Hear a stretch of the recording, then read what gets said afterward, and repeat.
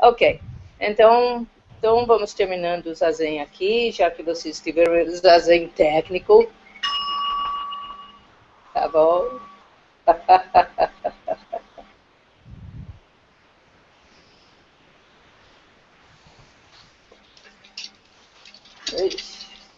Tomar cuidado com o ventilador aqui. Ok.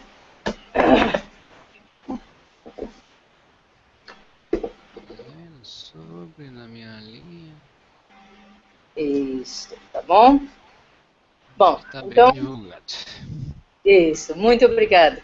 Muito obrigado, Rodrigo. Obrigado, Rodrigo. Isso. Vamos ligar a outra câmera também. Já deu? Bem difícil, né? Tá bom? Ok, aqui em Porto Alegre estamos com greve de ônibus, está uma chuva lá fora, talvez refrescando um pouco, hoje deu, de acordo com a internet, deu 37 graus, né? Então tá bem quente, né? Então hoje aqui na sala só estamos com 2 pessoas presentes que simplesmente estão sem transporte. Mas, então vamos em frente. Eu não sei se os espectadores do Hangout conseguem mandar bate-papo, mandar perguntas pelo chat. Eu convido a experimentar e vamos entrando na nossa aula, tá bom? Ok. Hoje de noite eu queria dar continuidade nas palestras que eu venho dando recentemente sobre o ritual no Zen, né? Então, mostrei a coleção de livros de sutras, aí eu expliquei como é que funciona o serviço matinal, e hoje eu quero falar do serviço vespertino nosso. 7 anos atrás, quando a gente começou, a nossa sangha foi nascendo, fazendo esse serviço vespertino. Mas como a turma apanhava. Mas agora que está indo super bem. Então, primeiro eu quero mostrar para vocês um livro de sutras de um templo chamado Kirigayaji, do Jundo Kuroda Roshi, que é o mestre de transmissão de Dharma do Enjo Sensei, né? E o que eu quero especialmente mostrar para vocês? Essa faixa branca era só para destacar que essa é meu, que tem os meus rascunhos, que eu fiz um índice para achar as coisas, já que eu não leio kanji e tudo mais, né? Então, para eu não confundir no meio dos outros livros de sutras lá. Porque eles simplesmente imprimem esses livros de sutras aos montes, e quando ele oficia um funeral, um serviço memorial, ele simplesmente leva, ele oferece para os participantes, né? Mas o que eu quero mostrar, especialmente nesse livro de sutras, tá? Então, primeira página, né, tem a nossa imagem do Sotoshu, e depois, né, o índice todo em japonês. Mas aí, de repente, o que isso parece para vocês? Mantra. Eu acredito que seja o sânscrito. É a reprodução. Nessa página está o... Deixa eu ver. Jizo Son Goshingon. Bom, quer dizer, o mantra de Jizo Bosatsu. Ongaka Kapisamae Soaka, Ongaka Kapisamae Soaka. Ele é considerado o protetor da terra, protetor das crianças, protetor dos animais e dos viajantes. Então, em todo o Japão você vai encontrar estátuas de Jizo nas estradas, né? Às vezes uma pequena capela, às vezes nem isso, né?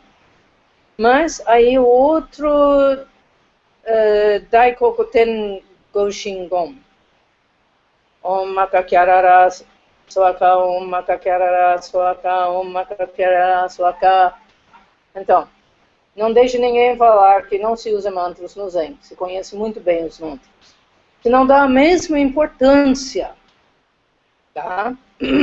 Mas o Zen é budismo, sempre foi budismo, nunca deixou de ser budismo, exceto em algumas dessas invenções ocidentais, mas o Zen budismo é budismo e você vai encontrar em algum ponto toda a iconografia, todo o ritual, todo o cerimonial, todo que faz parte do budismo, desde sei lá quando. Então, hoje, a conversa vai ser sobre um sutra chamado Kanromon, Portal do Doce Néctar. Se vocês entram no blog do nosso Sangha e vocês procuram um livro de sutras, está online, pode ser baixado. E esse Kanromon faz parte. Eu acho que vai estar em página 42 ou em página 46, dependendo de qual edição está online. Mas, então, quer dizer, todo final da tarde, antes de ir para o jantar no mosteiro, a gente tem o serviço vespertino. E lembra-se que, historicamente, no budismo, não se comia depois do meio-dia. Mas, na China, você começou a ter o problema do frio, do extremo frio. E esse frio também tem no Japão. Então, aí tem uma mistura de costumes. Uma é que, às vezes, quando eu estava se sentindo muito fome, eu pegava uma pedra aquecida, quentinho, e colocava na barriga para ir ajudando a aliviar os roncos do estômago. Se funcionou, não sei. Mas, de qualquer forma, o nosso jantar no mosteiro era chamado pedra da noite. Né?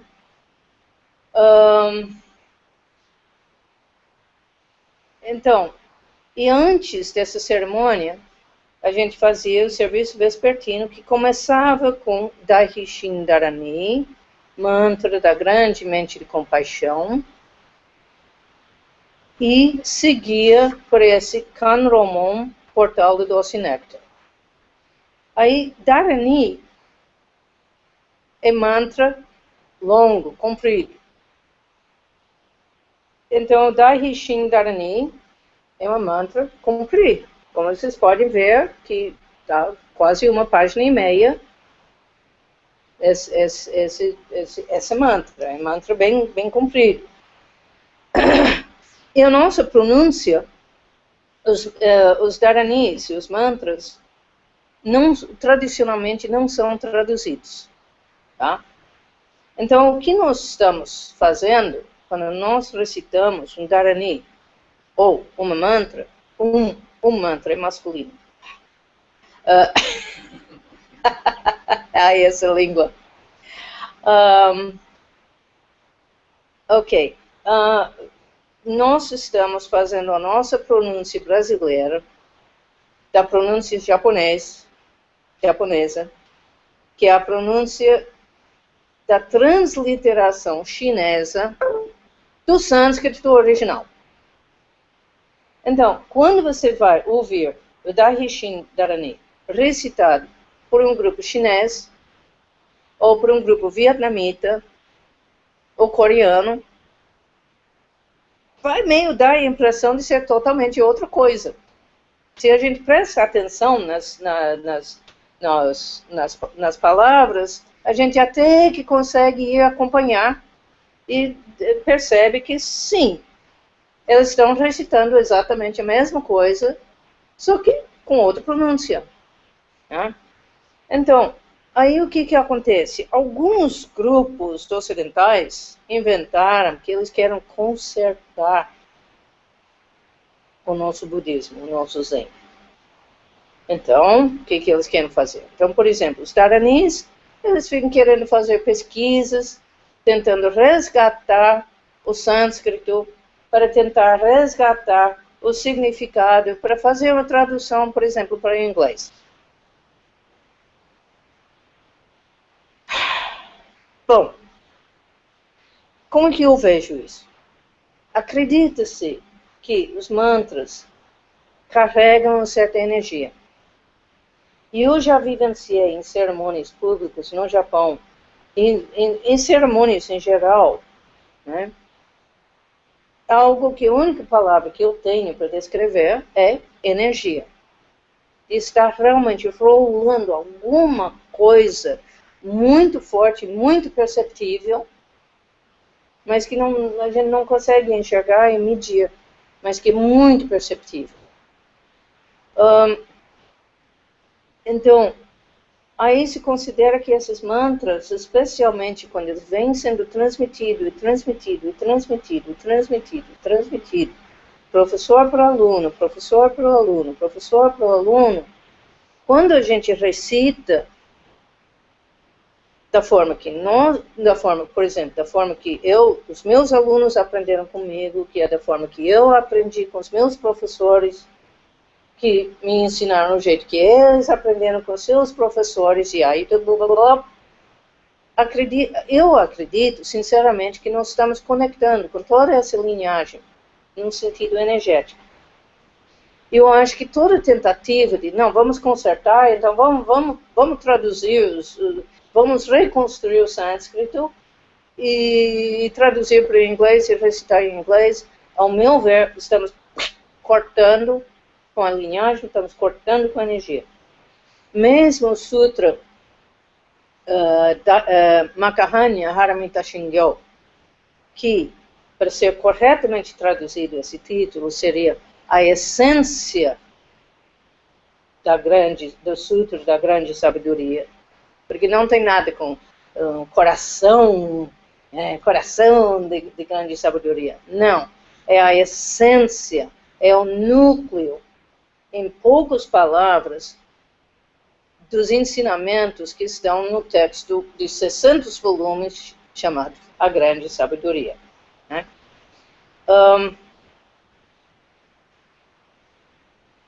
Aí, quando a gente recita em japonês e quando a gente recita em português simplesmente, né, não tem energia. Simplesmente alguma coisa, né? Então, o que estamos fazendo? Estamos recitando muitas vezes em japonês e emendando direto para o português, para que aos poucos a nossa sangue possa transferir essa energia também para a nossa versão em português. Tá? Surgiu alguma coisa lá no Facebook, eu comentei que, na verdade, quase todas as nossas traduções estão com problemas. Saiu, uns 10 anos atrás, saiu uma nova edição dos sutras oficiais do Sotoshu, que foi feito por uma equipe de monges japoneses, americanos, acadêmicos japoneses, americanos. Então, um trabalho de equipe. E essa nova tradução dá várias diferenças meio grandes em relação ao livro oficial de tradução dos sutras do Sotoshu. Então,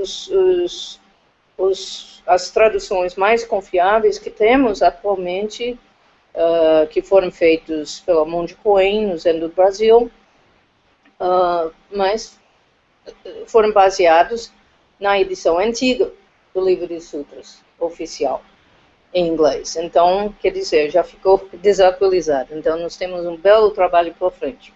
Mas, voltando à coisa, mantras a gente não traduz.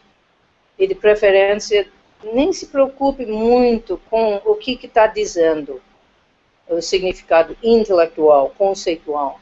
Considera o Daihi Shindarani, mantra da grande mente de compaixão, está invocando exatamente isso, a mente de compaixão. O coração de compaixão. Tá?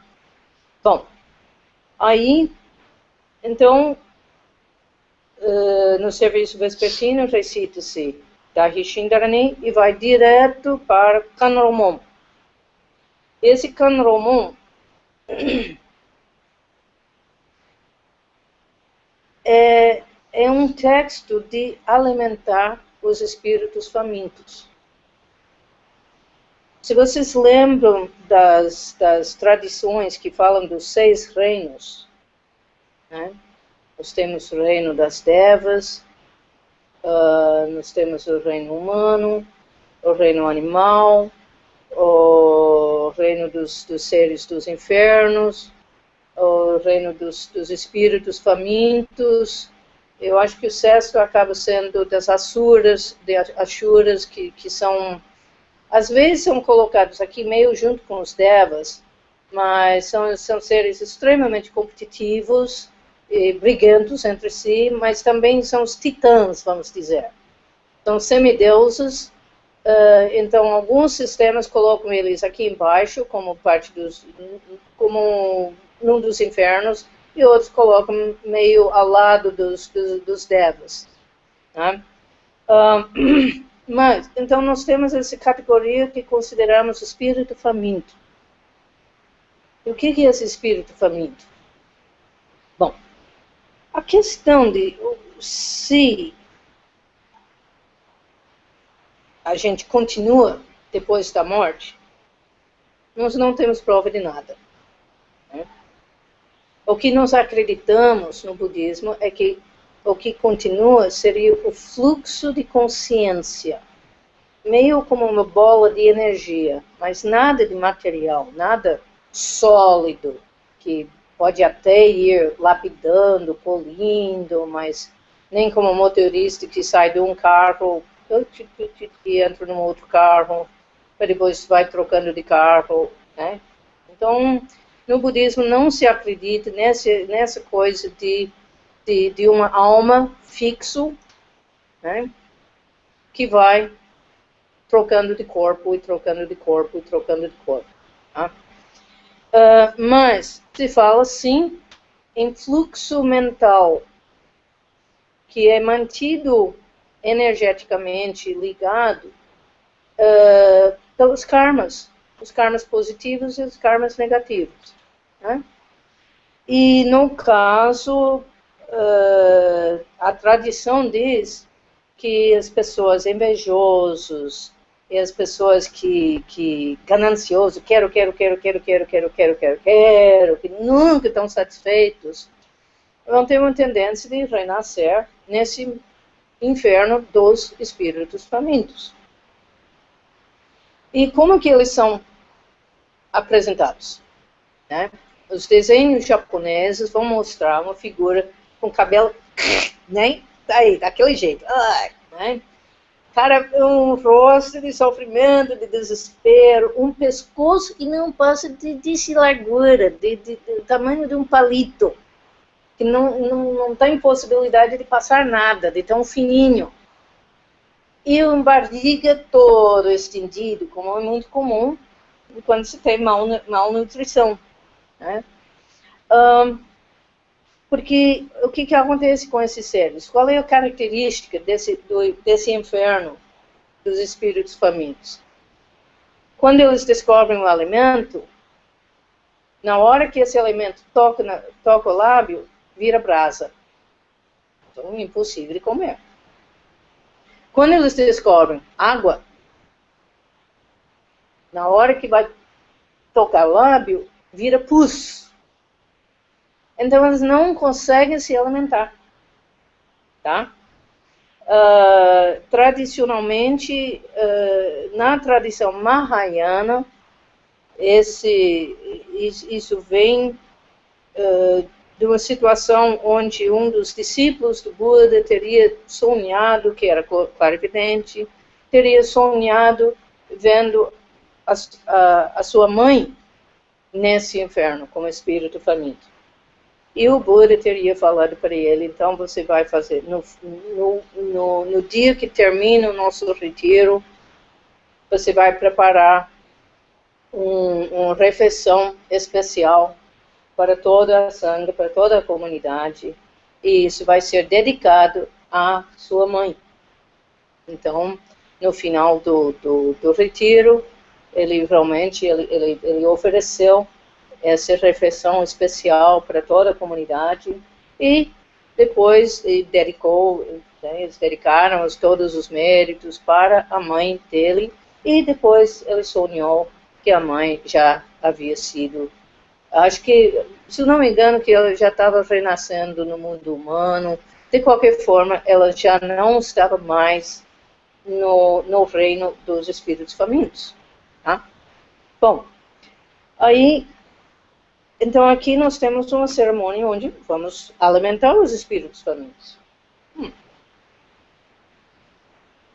O segundo fator. Antigamente, no Japão, o Japão vivenciou todas as guerras feudais, do mesmo jeito que foi na Europa. Né? Então, eram guerras e mais guerras, e mais guerras, e mais guerras. Né? E o nobre, né, o daimyo de um feudo, estava em guerra com o outro, né? E os coitados dos camponeses, os vassalos, né? Aí os jovens eram chamados para o militar e mandados para guerrear, sei lá onde no país. E quantos deles morreram longe, muito longe de suas casas. Então era simplesmente aí lá, sei lá, no outro extremo do país, você tinha esse monte de soldados desconhecidos, mortos na batalha. E, ao mesmo tempo, nessa cidade, né, vamos falar em Sapporo de Hokkaido e Tóquio, né, um bem no norte e o outro mais no centro, né. E aqueles lá em Hokkaido também tinham seus filhos e maridos que também estavam sumidos, não havia visto eles anos, fazia anos, não sabia se estavam vivos ou mortos. Mas, na hora da guerra, de repente, estava lá com outros soldados desconhecidos mortos lá no campo de batalha. Então, se começou, pela tradição chinesa, que foi para o Japão, então se tinha já o costume de estar rezando pelos mortos, né? Lembrando os mortos em cerimônias, em serviços memoriais.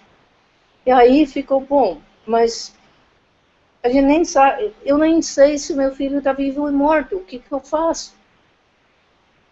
E os outros olhando, né, para esses mortos desconhecidos, né, que morreram na guerra, e também fica com dó, pode ser, eles não têm ninguém rezando por eles, porque ninguém sabe que eles estão mortos. Então se desenvolveu cerimônias próprias, que em outra semana eu vou falar dessas cerimônias, tá? Mas no qual se tem um momento onde literalmente se está rezando para todos os espíritos, inclusive para os desconhecidos. Tá? Bom, então vamos continuando. Mas e a gente? E se eu não acredito em nada disso? Eu não acredito nessa história de rezar para os mortos, eu acho um absurdo, eu não acredito nessa coisa de continuar depois da morte, né? Não importa, não importa. Não estamos preocupados em crenças, tá? O budismo, em geral, se recusa a discutir o que vem depois da morte, porque nós não temos como saber, nós não temos como resolver o debate, fica só uma discussão, e, ao mesmo tempo, ficar discutindo sobre isso não resolve a nossa questão de sofrimento e libertação no aqui e agora. Tá? Então, para o budismo, tanto faz se realmente existe algo depois da morte. Então, como é que fica? Então para que vamos fazer essa cerimônia?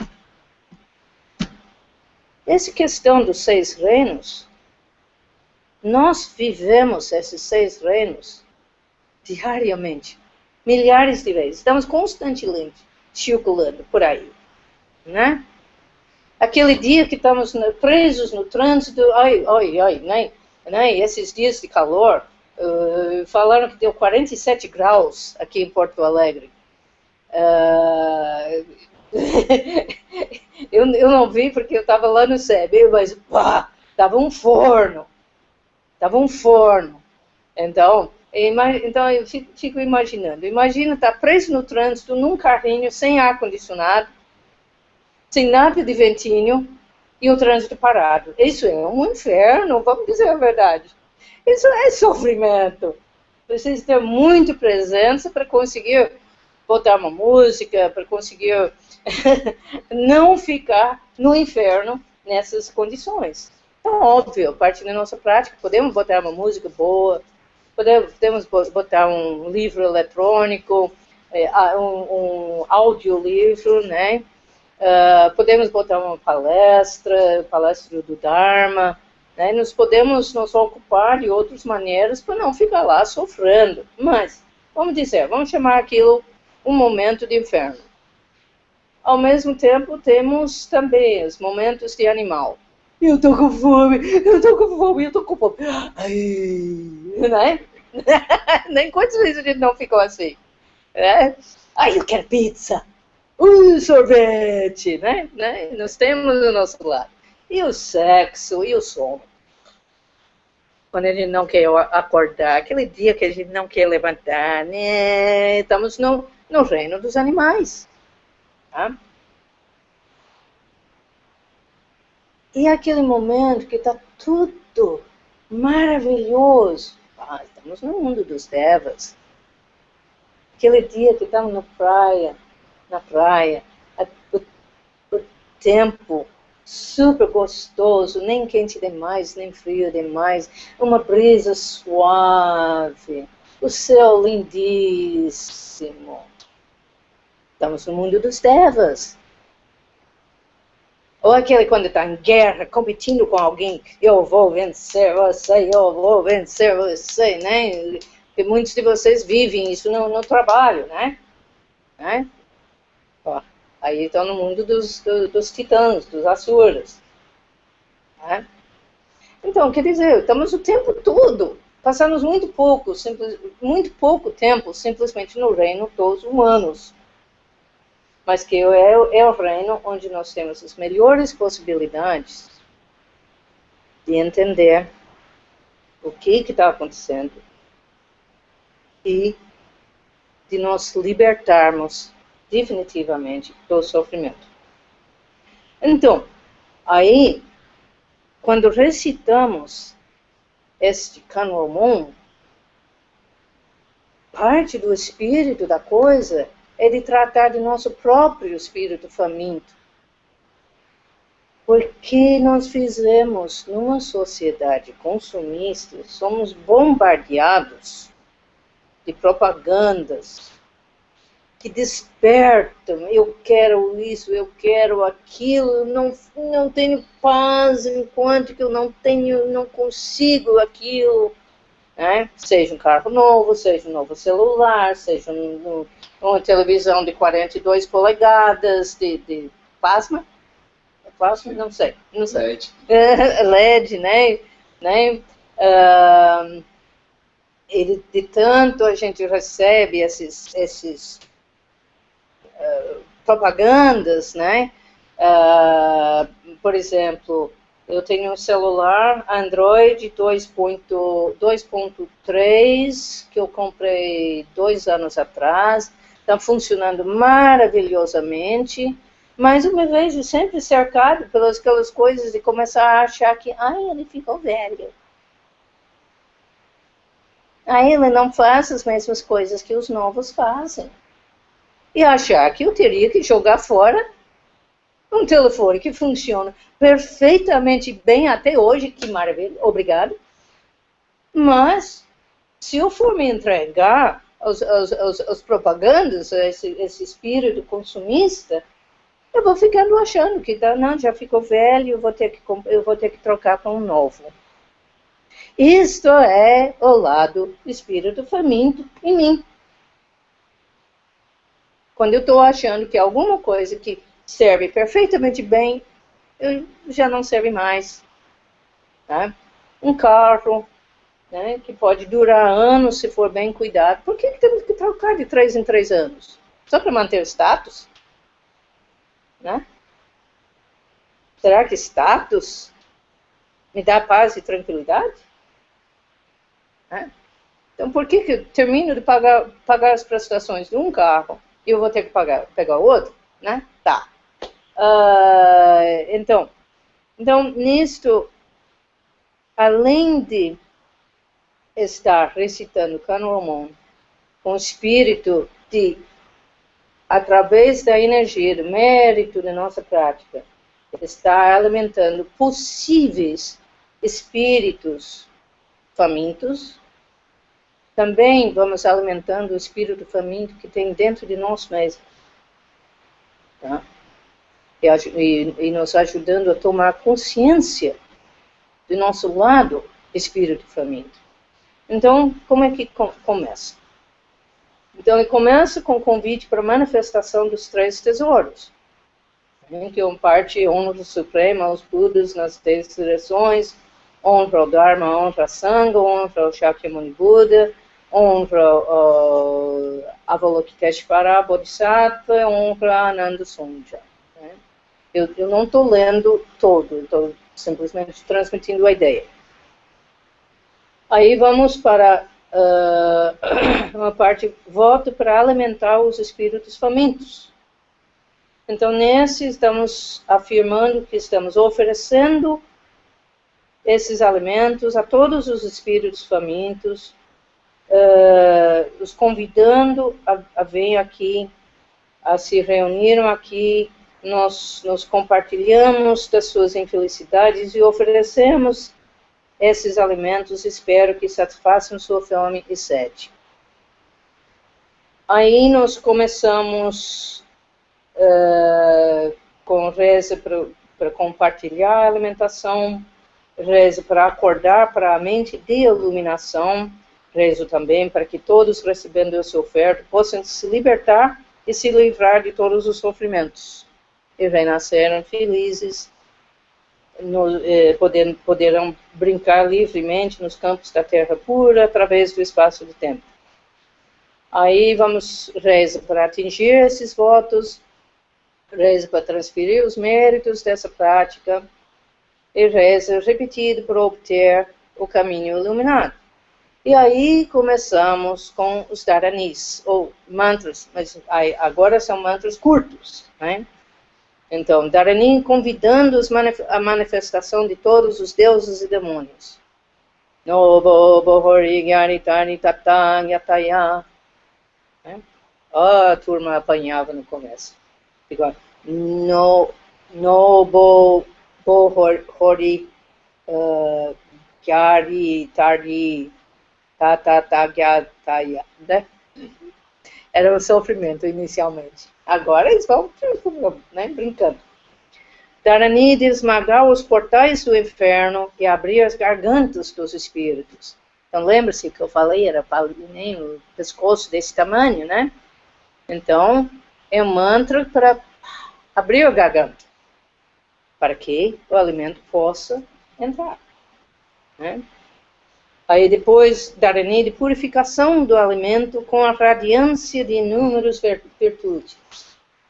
Então, estamos consagrando o alimento. Dharani para colocar o gosto do doce néctar do Dharma.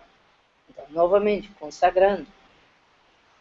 Dharani, de alimentar todos os espíritos. Então, aí é o momento onde está se efetivamente, simbolicamente, alimentando. Tá? Nessa hora, durante esses 5 dharanis, você vai ver o oficiante vai estar com a mão escondido dentro da manga do coromo. Essa é a manga de Samuel, é feinho, né?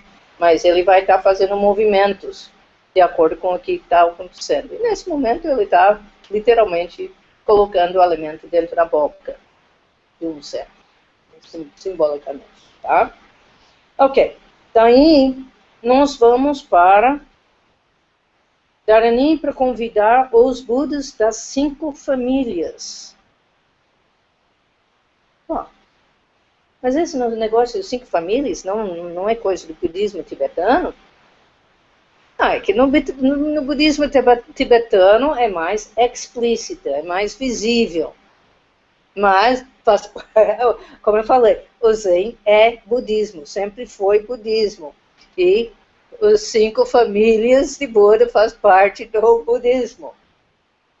Então, aí nós temos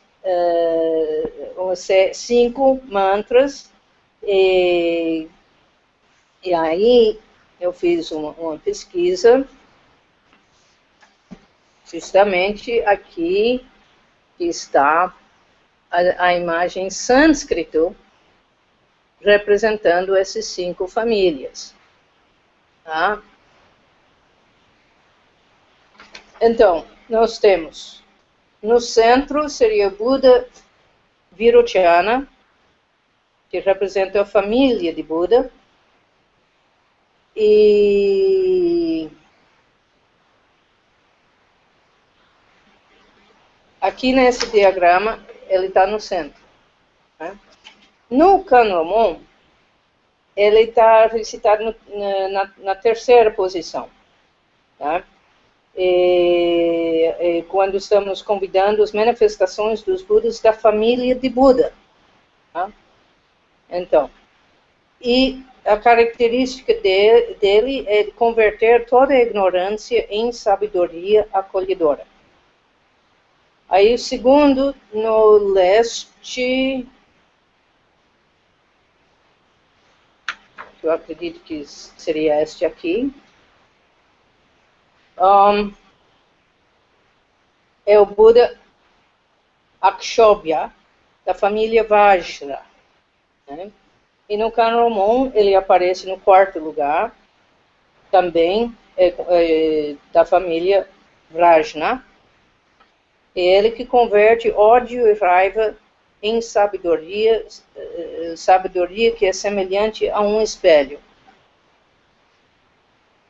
Depois nós temos no outro lado, desse lado, acredito eu, se nós acertamos a nossa pesquisa, seria o Buda Amitabha, que aqui no Kanromon ele é listado como da família Ratna, ou de Ratmasambhava. E ele que é família do Buda de Lótus, da família de Lótus, de Padma, e converte os desejos em sabedoria discriminativa. Aí depois, no sul, nós temos o Buda... Não, eu falei errado aí, desculpa. Amitabha é da família Padma. Ele é recitado em primeiro lugar. E depois nós temos o Buda Ratnasambhava, desculpe, eu não sei sânscrito, da família de Buda do Ratna, da Buda da Joia, e ele converte a ganância e orgulho em sabedoria de equanimidade e igualdade. E por fim, no norte, nós temos o Buda Amoghasiddhi, que aqui, sim, é o Buda, a família de Buda de Karma. que converte inveja na sabedoria que realiza todas as coisas. Então, isso vem do budismo antigo. Não sei dizer exatamente a origem, mas isso é budismo, também aparece no Zen. Tá? Ok. Então, depois que nós invocamos essas 5 famílias, essas 5 energias, aí nós temos um Dharani para acordar para a mente de iluminação, um outro Dharani para dar os preceitos de Samadhi Bodhisattva, e depois eu não coloquei a tradução aqui neste livro.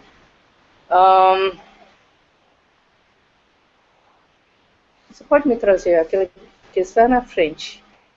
Não preto, mas o livro de estudos que está na frente. Eu acho que eu escrevi a tradução ali.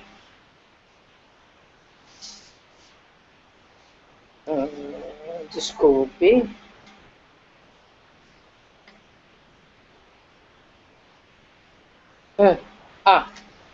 Dharani, raiz secreto para a morada na grande torre das joias.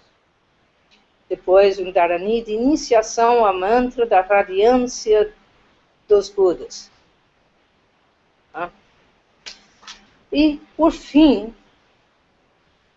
vamos para um poema que é muito bonito. Esse eu vou recitar. É o poema de transferência dos méritos. Através dessa prática, quero agora demonstrar minha gratidão aos meus pais, mestres e todos os seres que têm feito tanto por mim. Possam aqueles que praticam nessa esfera continuar suas vidas com plenitude de bens e felicidades. Possam aqueles que já se foram estar livres de todo o sofrimento e encontrar a verdadeira paz. Possam todos os seres nos 3 mundos receber as 4 bem-aventuranças. Possam aqueles que estão sofrendo nos 3 caminhos atormentados pelas 8 dificuldades se arrepender e ficar curados de todos os males. Possam todos se libertar do samsara e nascer na terra pura. Então, aí nós terminamos com a transferência universal dos méritos, que aqui no nosso Sangha a gente recita que os méritos e nossa prática se estendam a todos universalmente, para que junto com todos os seres realizemos o caminho de Buda. E aí termina o serviço vespertino diário do mosteiro. Então lembra a essência, porque na outra semana, talvez já semana que vem, eu vou falar das grandes cerimônias anuais que temos no Zen.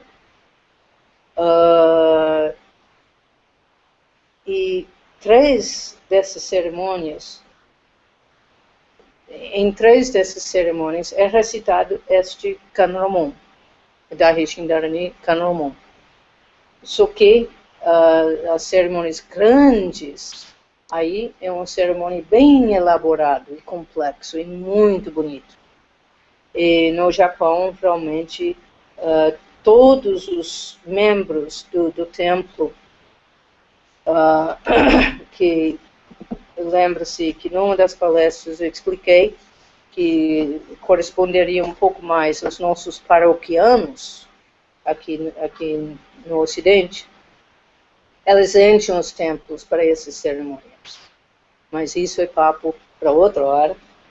Hoje a ideia era de falar do serviço vespertino diário dos mosteiros e dos templos, porque a maioria dos templos japoneses, eles vão manter, no mínimo, o serviço matinal.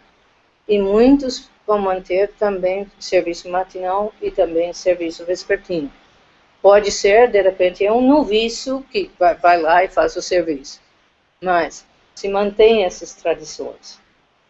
Então, é nosso benefício parar um pouquinho e pensar no possível valor desses rituais, dessas cerimônias. Que aqui no Ocidente, especialmente aqui no Brasil, se fica nessa resistência, não querendo saber de formalidades e não querendo saber de rituais. E está certo, o ritual de boca por fora não vale nada. Não vale nada mesmo. Mas um ritual feito de todo o coração, com entrega, é só experimentando para conhecer o valor que tem. Tá? Nós temos muitos rituais na nossa vida diária que nem interpretamos como rituais, mas essas cerimônias, mesmo cerimônia de casamento, mesmo cerimônia de funeral, de despedida, eu acho muito triste que está ficando tão informal que não se vai de bermuda, de regata para o funeral de uma pessoa. Pô, mas será que você está valorizando, expressando a valorização dessa pessoa, indo vestido, né, de estar na praia? Então, vamos repensar as nossas atitudes em relação a cerimonial e ritual, tá bom? Então, era isso que eu queria falar hoje. Abro agora para perguntas ou comentários, inclusive quem está na internet, ou pelo chat, ou pelos microfones, sejam bem-vindos, podem fazer seus comentários. Bom? Alguém quer falar alguma coisa? Ou vamos ficar todos mudos? Não, eu tinha comentado sábado, né? Sobre isso. Mas não todo mundo. Aqui, Foi sábado. Isso, aqui o nosso grupo nós fazemos sempre de sábado. Não, a gente chegou a comentar depois disso. Isso. É bem interessante até que, nossa, eu tenho que cerimônia com outros olhos. Isso, se percebe a cerimônia com outros olhos, né? E quando você faz com esse pensamento na cabeça, com esse espírito, e ainda mais, sabendo que também estou alimentando meu próprio lado, o espírito faminto, né? Isso eu acho muito importante e muito gostoso, além do aspecto de prática em grupo, de recitação em grupo, de harmonização com o grupo e tudo mais, né? Mas sim, agora o grupo está conseguindo acompanhar melhor a recitação desses dharanês, né? Que são um bocado mesmo, né? E aí, para quem é novo, então fica lá perdido, mas pelo menos o grupo como um todo tá indo embora, né? Noma kusaraba tata gyatanan non bihora gyarabe mani harabe tata gyatani tarashani mani soharabe bimare shagyara gen bire unnun jinbara boda biro kite kukyashishu tyagarabe sawaka on mani bajire unnon mani dare batta. Né? É gostoso, não é? Mas no começo era trava-língua mesmo, né? Aí, na medida em que, como o grupo como um todo já está conseguindo fazer, aí mesmo a pessoa mais nova, que está meio perdido, mas ainda vai conseguindo acompanhar e aos poucos vai pegando, tá bom? Tá? Outros comentários, perguntas? Sensei. Sim. Sim, Rodrigo, internauta. Estava aqui pensando, né? A senhora começou falando sobre a necessidade de atualizar a tradução dos serviços, dos sutras para o português. E eu me pergunto se o correto seria a gente analisar isso com muita calma, se num primeiro momento a gente não deveria meio que se contentar, entre aspas, com os textos originais e somente mais à frente pensar em tradução. Não sei, uma reflexão que me ocorreu durante a palestra. Claro, já existem traduções do Sutra do Coração e outros e tal. Uhum. Mas se a senhora, qual a opinião da senhora a respeito? Se essa tradução pode ser feita já, ou se a gente deveria, no primeiro momento, deixar essa tradução de lado, esperar as sangas, né, se estabelecerem com os títulos, com os textos no original ainda, e deixar essa tradução um pouco mais para frente? Ok, bom, a maioria dos grupos tem alguma tradução, né? Porque o budismo, desde o começo, incentivava que os ensinamentos fossem transmitidos nas línguas dos povos, né? Então, que fossem traduzidos, né? Então, pessoalmente, eu prefiro estar com uma tradução não perfeito, né, que possa estar com alguns erros, do que nenhuma tradução. Eu prefiro que as pessoas tenham pelo menos uma vaga ideia, ou uma ideia que esteja, vamos dizer, 95% certo, do que simplesmente não ter nenhuma ideia. Tá? Isso é a minha visão pessoal. Porque quase todos os livros de budismo que temos aqui no Brasil têm falhas de tradução. Né? Eu tenho um livro que é uma tradução que foi feito de um material do Hakuin, que de repente chegou, né? Aí de repente está lá escrito, deixa eu ver como que foi que ele fez.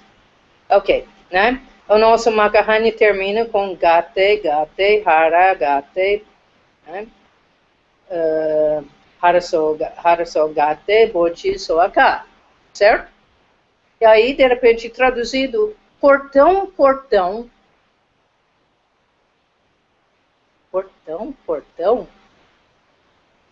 porque ele entendeu gate, que em inglês significa portão. então quer dizer, mas pode crer, eu escrevi para a editora, reclamei, né? Supostamente bom, aí eles entraram em contato com a pessoa que fez a tradução, né? Eu expliquei o caso, e supostamente eles acrescentaram um errata para as próximas edições do livro, né? Mas, quer dizer, a nossa situação verdadeira é que dificilmente nós vamos ter um livro que tenha uma tradução 100% confiável, né? O livro Mente Zen, Mente de Principiante, sim, extremamente confiável, né? Mas a grande maioria dos livros são traduções feitas por não budistas, não japoneses, né? Então que eles não entendem as coisas culturais, eles não entendem as coisas budistas, então tem todos esses erros. E ao mesmo tempo eu olho, na maioria dos casos é melhor que nada, porque pelo menos nós temos alguma coisa para conversar. Muito pior é a situação como temos dos livros de Joko Beck, por exemplo, fora de edição, esgotados, nem se acha mais nos sebos, né? Já virou um super item de coleção. Eu acho que é um tipo de livro que, se você acha no sebo, tá lá um preço exorbitante já. E, por não estar disponível, o copyright está ainda nas mãos de uma editora que não relança. Aí, conclusão, nós não podemos botar esse livro para dar aulas. Então, toda a comunidade budista, todos que se interessam, não estão tendo acesso a esse livro. Isso que eu acho que é um crime. Então, ter que ainda suportar, sabendo que, puxa vida, né, eu estou lendo o Sutra do Coração e eu sei que essa palavra não é a palavra mais correta. Né? eu sei que não está bem correto, né? E tem algumas coisas meio que doem, né? Quando se comparam as duas edições, a edição antiga do Sotoshu, a tradução oficial, e a nova tradução. Então, às vezes, quando se lê de acordo com a antiga, já dói um pouco, né?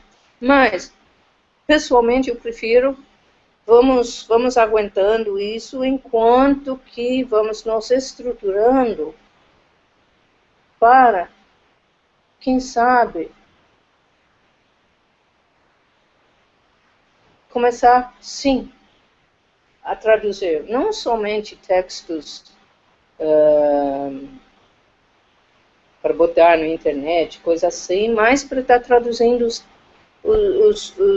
os textos de Mestre Dogen, já que somos da escola Zen, e está fazendo nova tradução dos nossos sutras. Mas para isso nós temos que realmente desenvolver equipe. E isso vai ser um trabalho. Temos muito trabalho pela frente. Mas é com isso em mente que eu comecei esse processo de formar um grupo de tradutores. Sim, essa reflexão surgiu hoje, né, por conta do que a senhora começou falando, né? Porque realmente tem um risco, né? Se por um lado é bom saber do que se trata, por outro para aqueles que têm uma tendência a só ficar na parte intelectual da coisa, bom, agora eu já entendi, já sei do que se trata, e fica uma coisa sem espírito, né? Fica uma coisa sem alma, né? Foi nesse sentido que eu levantei. Entendeu? Isso é verdade. Mas aí tem um lado onde também passa a ser a responsabilidade dos professores de Dharma de manter o espírito aí dentro. Tá? Mas como eu falei, por isso que, por exemplo, a energia de nossa recitação em português é totalmente diferente da recitação em japonês. Então é por isso que sempre que possível nós recitamos e vamos direto de um para o outro, né? Né? Eu acho que, né, se vai recitar, por exemplo, as coisas dos poemas do Flor de Lótus, ou Shushogi, esses têm que estar em tradução, mesmo que tenha alguns erros. Imagina, você vai recitar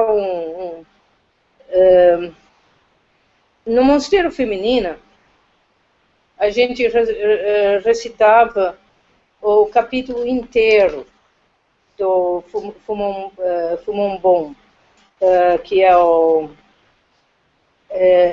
nós recitamos, era o capítulo 25 do Flor de Lótus, o poema do Portal Universal de Kanzeon Bodhisattva. Aí, no nosso livro de sutras, nós temos na forma que costuma ser na maioria dos templos, que é só o verso. Porque esses capítulos, às vezes, ele tem muito, né, eles contam toda a história, né, longos capítulos, e depois tem uma parte que é verso. Então, aí nós temos o poema do Portal Universal. Mas o capítulo em si é o Portal Universal de Kanzeon Bodhisattva. E aqui em japonês, ele vai tudo isto, né? Enquanto que o poema é só isto, né? Então, o poema, tipo, vai em 5 minutos, mas o capítulo inteiro, né? Então, imagina ficar lá recitando isso, Nijimu Jinni Bosa Sokuja... Eu já perdi a prática no recitar em japonês. Sokuju Zaki Henden Nuken Gasho Kobutsu Nisaze Gonse Sum Kanze Ombosa Iga Inen Myo Kanze Ombutsugo Mujinni Bosa Zennan Shinat Nyaku Muryo Hyaku Senman Nokushujo. Imagina ficar recitando isso durante uns 15 minutos, coisa que você não entende nada. Não vai ter santo que aguenta. Tá? Então, mais ainda, que precisamos trabalhar com a tradução. Mesmo fazendo a parte do poema. Então, aí, para mim, sim, a questão volta à responsabilidade para os líderes dos grupos, os professores de Dharma, de manter o espírito dentro dos sutras. Faz sentido? Né? Outro comentário, pergunta?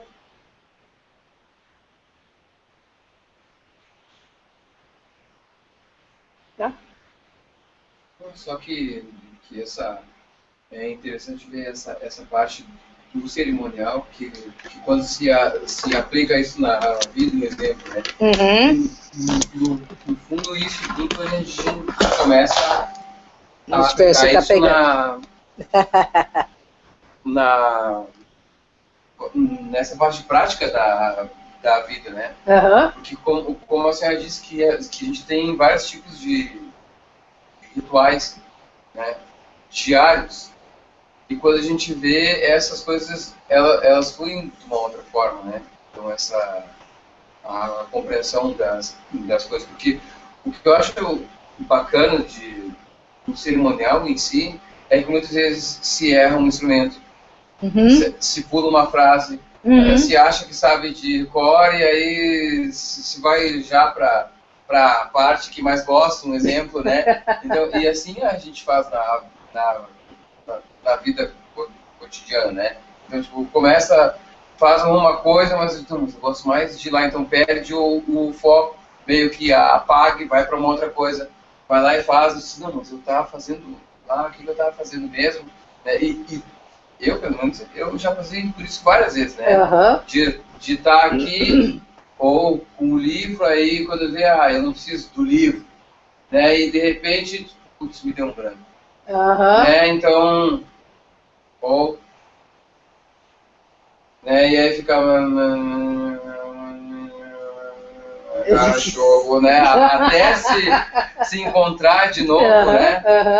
Então, e é o que a senhora disse, que não tem nenhum mal nisso, não existe nenhum erro em se errar nesse caso, né? E que na vida fica um pouco mais leve, um pouco mais suave, né? Quando se faz o cerimonial, depois tá na vida e vê, tipo, puxa, mas é igual que o cerimonial.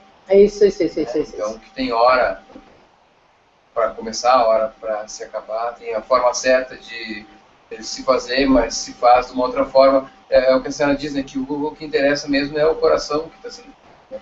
E é interessante de ver que muitas vezes coisas que são feitas mecânicas na hora do trabalho, mesmo, por exemplo, com o cerimonial acaba que a gente bota mais atenção. Então, coloca uma outra energia, como a cerimonial. Sim. Então, passa a ter um outro sentido, né? Como o Samu, né? Então, passa a ter um outro sentido. Sim. Então, tipo, quando varre, quando limpa, quando eu ajeito uma coisa lá, e deixo aqui, quando atende um outro cliente, quando aborda o cliente, né? Quando fala com um colega, quando está no outro tipo de interação, diz, olha, eu preciso que faça isso lá. Então, tudo muda. Tudo muda. As coisas mudam. Isso. Então, que esse cerimonial, ele parece também, aqui é um ensaio para a própria vida. E a vida parece um ensaio para o cerimonial. Né? Então, é um pouco tudo que eu... Liu Xinzan, sim. Esse seu comentário me fez pensar o seguinte: você consegue imaginar qualquer instante do Buda sem que seja cerimonioso? Eu imagino que uma mente em estado constante de samadhi não deixa nada sem ser cerimonioso. O simples se levantar é cerimonioso. Receber a comida é cerimonioso. Almoçar é cerimonioso. Todo o tempo é cerimonioso. Sim. Nisto, você encontra o equivalente do mestre Dogen quando ele está falando do estar sempre, o monge sempre estar se portando com dignidade, né? Nós podemos usar essa palavra cerimonioso, dignidade, né? Essas formalidades são realmente, né? Olha a diferença entre a pessoa fazer isso e, né?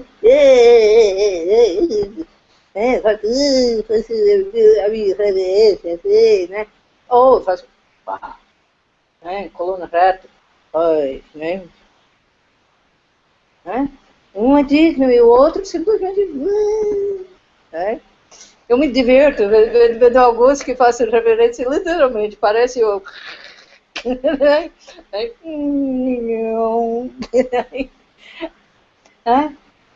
Mas realmente a gente começar a se carregar, se portar com dignidade. E a nossa vida toma totalmente um outro valor. Está se reclamando muito de vazio existencial, mas parte está justamente não estar dando valor a cada momento e tratando cada momento com o suficiente de importância para ser tratado com dignidade. Né? De acordo com as pesquisas, a maioria das pessoas passam aproximadamente 50% do tempo no piloto automático. Eles não estão nem devaneando. Acho que essa pesquisa está errada, Sensei. Eu acho que é 99. Sim, bem capaz, né? Porque, não, vamos dizer que parte do outro tempo está devaneando. Devanear é uma coisa, né? Às vezes, esse piloto automático, e tem um tipo de pensamento que em inglês chama de mind wandering. Perambulando. Não está nem devaneando, não está sendo nada criativo. Né? Tá mais como aquela... como é que chama? Né? O vaca que fica mastigando, né? Ruminando, né? E a gente que fica ruminando os nossos coisas, né? E vamos perambulando de uma coisa para o outro, e um monte de coisas, de pensamentos que não prestam para nada, que não construem nada, né? Que é totalmente diferente do devaneio, né? Porque o devaneio, pelo menos, uma bela fantasia sexual, pelo menos é gostoso. Então, pelo menos dá prazer. Dá. Uma pergunta aí, para não perder a oportunidade. Sim. A impressão que eu tenho, intuição, insight, talvez, sobre esse tema específico da mente funcionar sozinha. Será que não é próprio do funcionamento do cérebro fazer isso? Ficar o tempo todo catalogando, revirando as prateleiras, remexendo as prateleiras e tal. Será que não é um tipo de atividade que o cérebro necessita para se manter vivo, sei lá? Eu penso alguma coisa desse tipo. Cara, não serve para nada, só para o cérebro funcionar mesmo. Eu chamo isso de ponto morto do cérebro.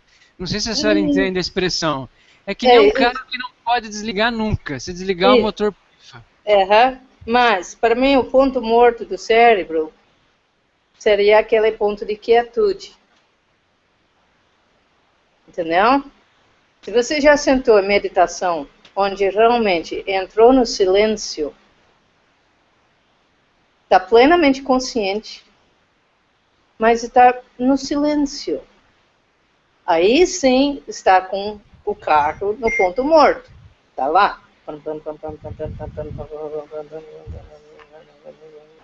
Né? O resto do tempo, esse movimento mental, isso é sinal de nossa agitação. A nossa agitação energética. Tá?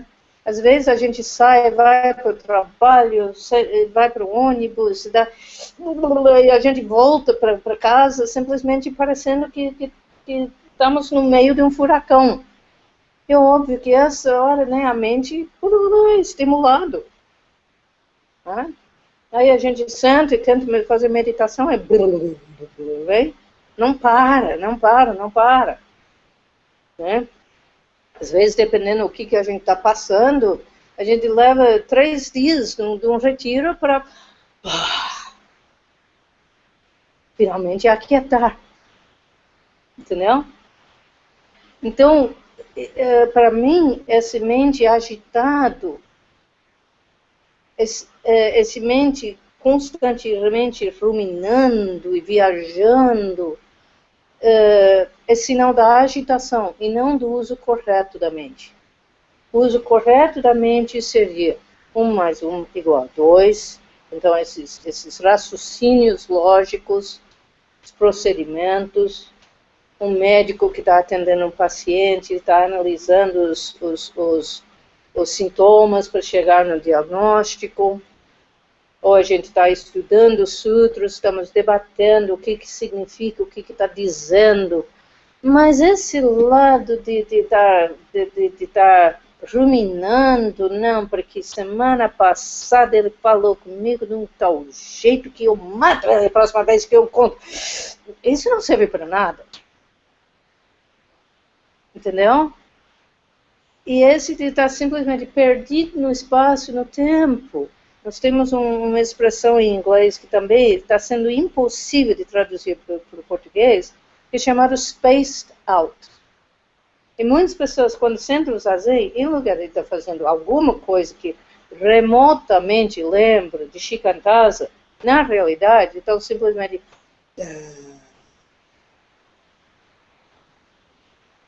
Está só faltando baba. Né? Porque, né? Então, quer dizer, spaced out. Né? Não estou nem devaneando, não estou nem dormindo, não estou nem inconsciente, estou simplesmente no estado de total babaquice. E como a Alan Wallace estava falando durante o retiro lá no SEB, né? Estão treinando estupidez para a próxima vida como animal. Né? Porque... né? Ainda estou procurando uma tradução apropriada para esse spaced out. Né? Então,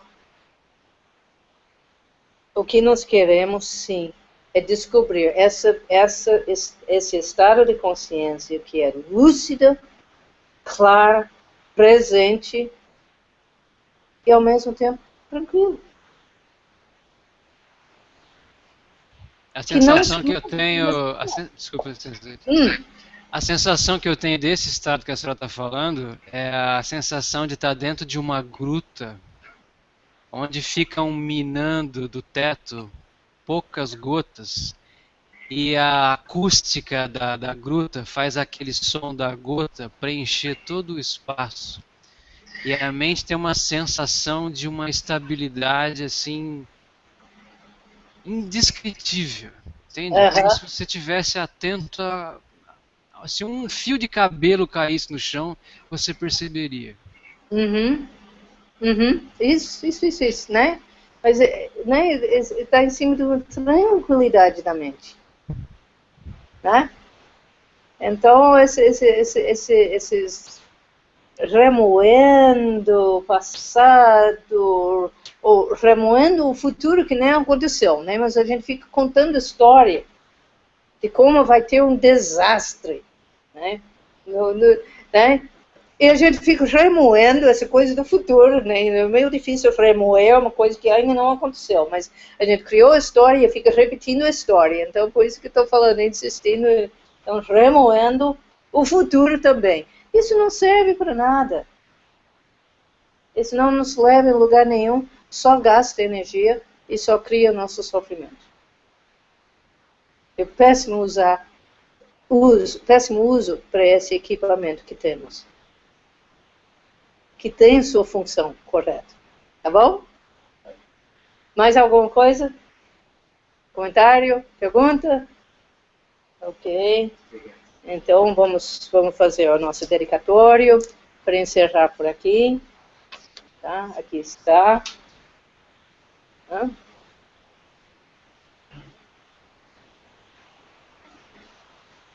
Ok? Que os méritos de nossa prática se estendam a todos universalmente, para que, junto com todos os seres, realizemos o caminho de Buda. Muito obrigada a todos. Obrigado, senhor. E cuidem-se bem. Senhora Canedice, obrigado. E os internautas também, muito obrigada. E cuidem-se bem. Tchau, tchau.